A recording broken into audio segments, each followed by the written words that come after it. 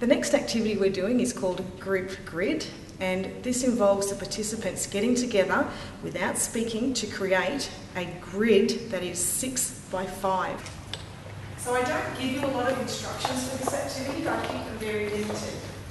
And the goal is that you guys will come to a consensus and figure out how to solve the problem.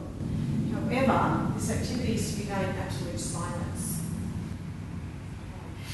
The result is that each participant must be able to follow a predetermined path from an entry point to an end point without stepping on the lines. 2 feet have to be inside the square, and they have to be able to help each other out. And as I mentioned, without talking.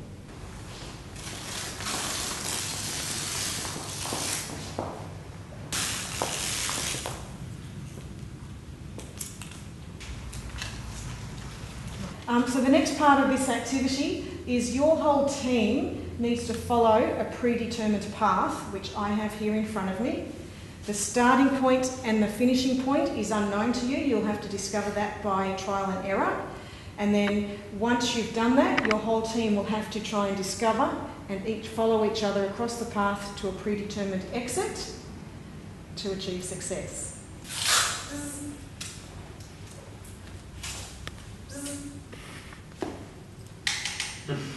The purpose of this activity is teamwork, learning about different ways of communicating using body language, any other non-verbal ways of approach.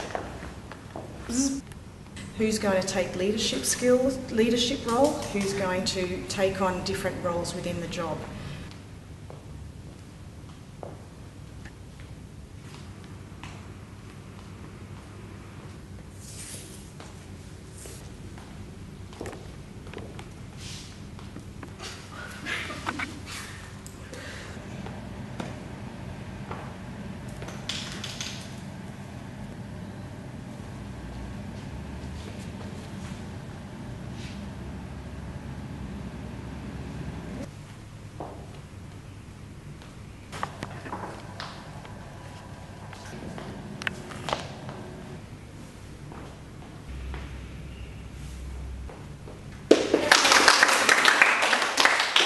Alright guys, so what was the hardest part about doing that group grid activity?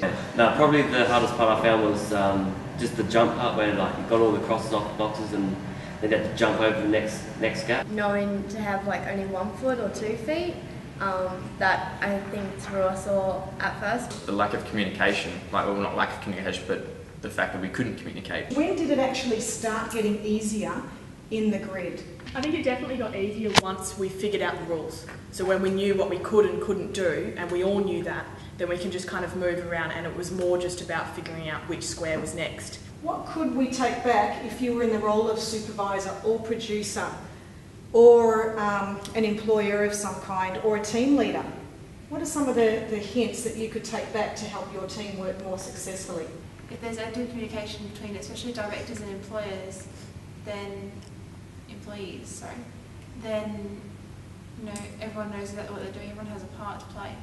Like in that activity, we're going on trial and error, whereas in the workplace, time is money, so you don't want to go through the trial and error sort of process. You want to communicate with your staff well enough so that they know exactly what they're doing and get the work done efficiently. In the workplace or in any environment, you don't want to have that complete competitiveness, because if we hadn't worked as a team and put down those little masking tapes, we would have had to be doing it in our head, and it would have taken 3 times as long. So it's just working together for a common goal and knowing that everyone's on your side. I think as an employer, have very clear guidelines to your employees so that they will not get confused and start guessing what they're supposed to be doing in the workforce and in their team. I was just going to say that working as a team is very important. At the end of the day, we all are working towards something, and I found that second time around that we all stepped up and helped each other out, and we got it done faster and more efficient.